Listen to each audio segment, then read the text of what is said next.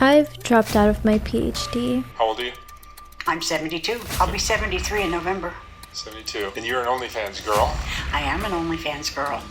I'm in the top 1%. Lady from the United Kingdom who has resolved to sleep with 1,000 men in less than 24 hours to break a record. Didn't you want to be a lawyer, Mummy? What happened? Yeah. You go, yeah, but look at all my stuff. They could cry in a Ferrari. हम अब एक ऐसी दुनिया में आ चुके हैं जो अब ऐसी पोलराइज हो चुकी है जो पहले जैसे कभी नहीं हो सकती। कभी सोसाइटी का मानना था कि hard work is the key to success. अगर आपको कुछ पाना है तो उसके लिए आपको कड़ी मेहनत करनी पड़ेगी। There is no shortcut towards success. यह वो समय था जब लोग अपना समय, अपनी एनर्जी यह सोचकर काम में लगाते थे कि at the end of this मुझे इसका रिवार्ड मिलेगा, चाहे वो फैक्ट्री में काम कर रहे हैं वर्कर्स हो या फिर कॉर्पोरेट में काम कर रहे हैं मजदूर। लेकिन दुनिया अब कंप्लीटली बदल चुकी है। अब सक्सेस केवल हार्डवर्क से नहीं बल्कि आप सोशल मीडिया में कितना ज्यादा शो ऑफ करते हैं और उससे आप कितना ज्यादा सोशल मीडिया में टेंशन ग्रैब कर सकते हैं। सोशल मीडिया ने पूरा समीकरण ही बदल के रख दिया है। आपकी एक फोटो, एक ट्वीट या फिर कोई भी रील अगर वायरल चली जाती है तो आपकी लाइफ रातों रात चेंज हो जाती है। अब सवाल ये नहीं आता कि आप कितनी ज़्यादा मेहनत करते हैं या फिर अपने जॉब प्रोफाइल में कितने अच्छे हैं। अगर आपको जल्दी से वो महंगी गाड़ी चलानी है या फिर विदेश घूमने जाना है तो सवाल आता है कि आप कितना ज़्यादा टेंशन ग्रैब कर सकते हैं सोशल मीडिया में। मिलिए प्रिया से। यह अपनी माँ की इकलौती बेटी है। यह रोज सुबह 6 बजे उठती है, अपने और अपने माँ के लिए खाना बनाती है, फिर सुबह 9 से शाम के 6 तक ऑफिस करने के लिए निकल जाती है। प्रिया की लाइफ भी हम जैसे लाखों करोड़ों लोगों की तरह ही है जो दिन रात मेहनत करते हैं अपना और अपने परिवार का पेट पालने के लिए। प्रिया सोसाइटी के लिए बहुत इंपॉर्टेंट है। लड़की इंडिपेंडेंट है, रिस्पेक्टेड जॉब करती है, अपने साथ साथ पूरे परिवार का ख्याल रखती है। नमकीन पॉपकॉर्न में 5% GST और कैरेमल पॉपकॉर्न में 18% GST टैक्स देती है। लेकिन इससे कोई फर्क नहीं पड़ता है प्रिया कितनी मेहनत करती है। At the end of the उसकी फाइनेंशियल रियलिटी बहुत हद तक सेम ही रहने वाली है, जस्ट इनफ टू पे द बिल्स। प्रिया की लाइफ साइकिल ये रोज उठो, परिवार को संभालो, काम पे जाओ, काम से आओ, घर में बैठ के रोज नए टैक्सेस के बारे में जानो और फिर सो जाओ। ना तो इसमें कोई छुट्टियां हैं और ना ही खुद के लिए समय। अगर कुछ पूरी हो रही है तो वो है सिर्फ basic needs. The world ain't set up for the honest man to succeed.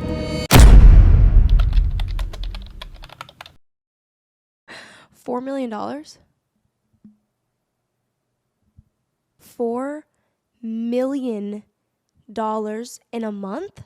Yeah.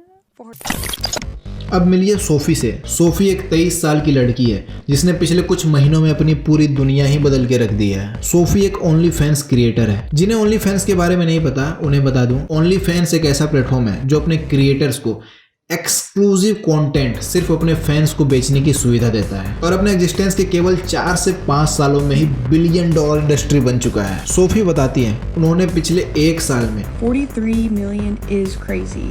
I honestly did not think I'd be making anywhere close to that amount when I started, so I just want to say thank you.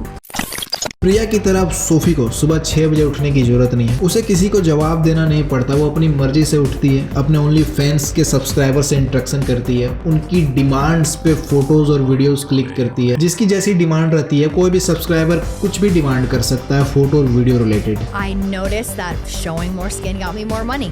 People started making more requests and I was like, I'm like, you'd pay that for that? I was like, so people send you a message saying, if you do this, I'll pay this. Yup. और in return Sophie सिर्फ 1 week में इतना ज्यादा पैसा कमा रही है जितना आम लोग पूरी जिंदगी में नहीं कमा पा रहे हैं। सोफी की तरह और भी मिलियंस क्रिएटर्स हैं। How long were you on OnlyFans? 5 years.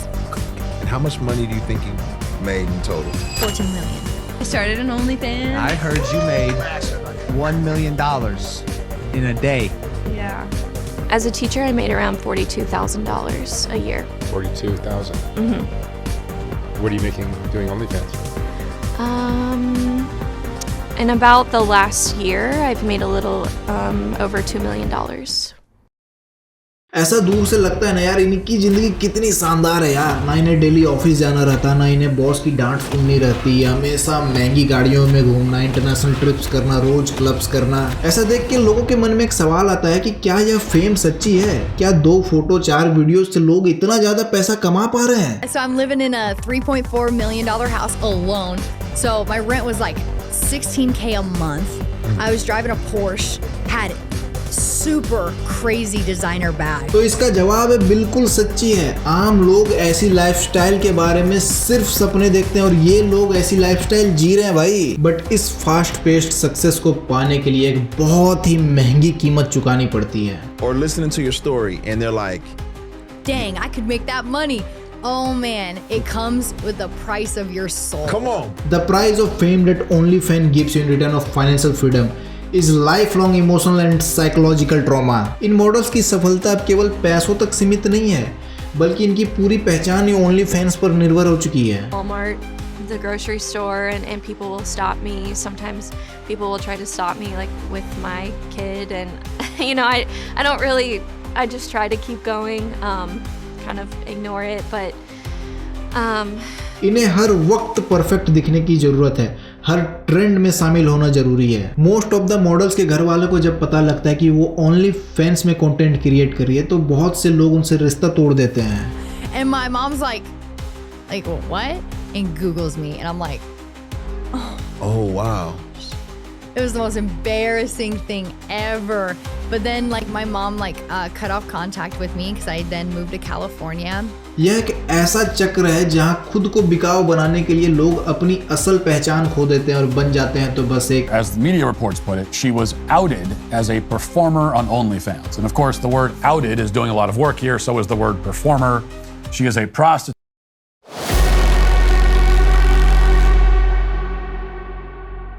अब ट्रेंड में रहने के लिए एक OnlyFans मॉडल ने एक नया रिकॉर्ड बनाने का सोचा।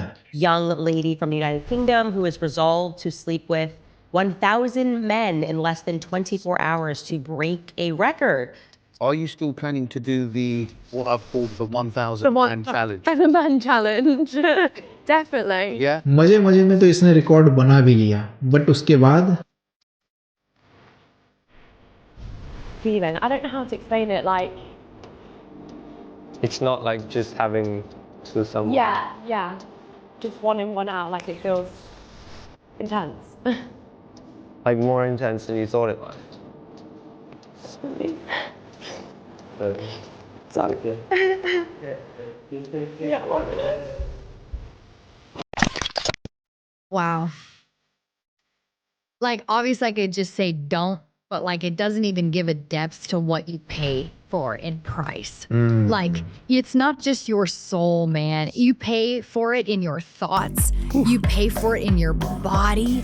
Like you are a slave and you don't even think you are. और ऐसा बिल्कुल भी नहीं है कि जो भी क्रिएटर OnlyFans में कंटेंट बनाना स्टार्ट करता है वो स्टार्ट में ही मिलियनेयर बन जाता है। ये सरासर गलत है। और डेटा के अकॉर्डिंग, जो कि मुझे भी बहुत शॉकिंग लगा, कि एक एवरेज कंटेंट क्रिएटर OnlyFans में सिर्फ और सिर्फ 100 से 200 डॉलर्स के बीच ही कमाता है। अभी तक बस 300 क्रिएटर्स ही ऐसे हैं जिन्होंने एक साल में $1 मिलियन से ज्यादा पैसे कमाए हैं। टॉप 1% क्रिएटर्स के पास टोटल रेवेन्यू को 33% जाता है एंड टॉप 10% के बाद 72% रेवेन्यू जाता है। तो ये सोचना बिल्कुल गलत होगा कि आए करोड़ों कमाए और निकल गए।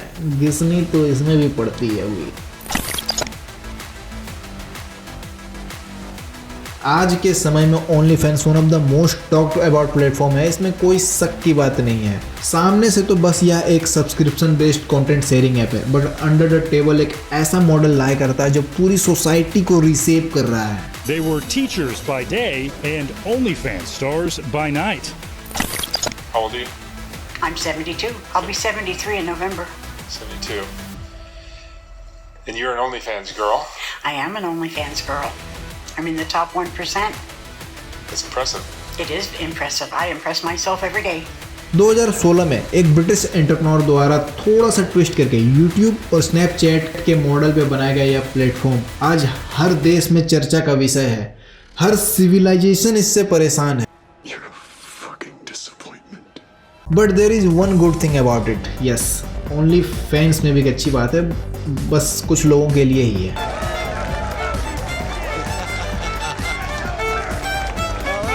आज से कुछ ही साल पहले मॉडलिंग और एडल्ट इंडस्ट्री कुछ लार्ज कॉरपोरेशन के द्वारा कंट्रोल की जाती थी और जो इस पे काम कर रहे इंडिविजुअल्स में थे उन्हें बहुत ही ज़्यादा एक्सप्लॉइट किया जाता था। You were getting hundreds of millions of views. And yet, despite that in the porn world stardom, You were paid a grand total for all the 12 sex videos you made. You were paid a grand total of $12,000 US. And yet you made millions and millions of dollars for both Bang Bros, the company that you worked with, and Pornhub, the aggregating site. How could that be? That's just how it is. I'm not the only one who was singled out by this. और यहाँ पे भी only fans ने आके पूरा game ही पलट के रख दिया। क्रिएटर्स को उनके कंटेंट की डायरेक्ट कंट्रोल मिल गई और इनकम में भी जो भी इनकम मॉडल्स ओनली फैंस के थ्रू कमाते हैं उसमें से ओनली फैंस 20% का अपना कट रख के बाकी के 80% क्रिएटर्स को दे देता है। But empowerment comes with its own complexities. Only fans attention driven model पे काम करता है। क्रिएटर्स जितना ज्यादा खुद को एक्सप्लॉइट करके बाउंड्रीज के पार जाएंगे उतनी ज्यादा उनकी अर्निंग होगी। क्रिएटर्स को खुद को सबसे अलग दिखाना, खुद को सबसे परफेक्ट बॉडी में दिखाने का पीर प्रेशर ऐसा है कि वो एक के बाद एक सर्जरीज करा रही है, कभी बोटॉक्स, कभी फिलर्स, कभी इम्प्लांटेशंस, क्योंकि सब्सक्राइबर्स डिमांड है। अगर वो डिमांड पूरी नहीं करेंगे तो उनके पास पैसे नहीं आएंगे और फिर वो जो लाइफस्टाइल जी रहे हैं वो उनसे छिन जाएगा। इसी साइकिल में क्रिएटर्स ऐसा फंस जाता है कि उनके लिए उनकी अपीयरेंस ही सबसे ज़्यादा जरूरी हो जाती है और जिसके कारण वो फिर से सर्जरीज का रुख अपनाते हैं और ये साइकिल चलता ही रहता है। और इन सब से हटकर जो ओनली फैंस के लार्ज शेयर होल्डर है लियोनीड रेडविंस्की, वो हर रोज $1.3 मिलियन कमा रहे हैं ओनली फैंस से और सिर्फ 2023 में ओनली फैंस से उनकी इनकम $472 मिलियन टच कर गई थी। और ये सब पैसा जा कहां से रहा है? सिंपल लॉन्डो की पॉकेट से। So what's your take on this? Comment your views.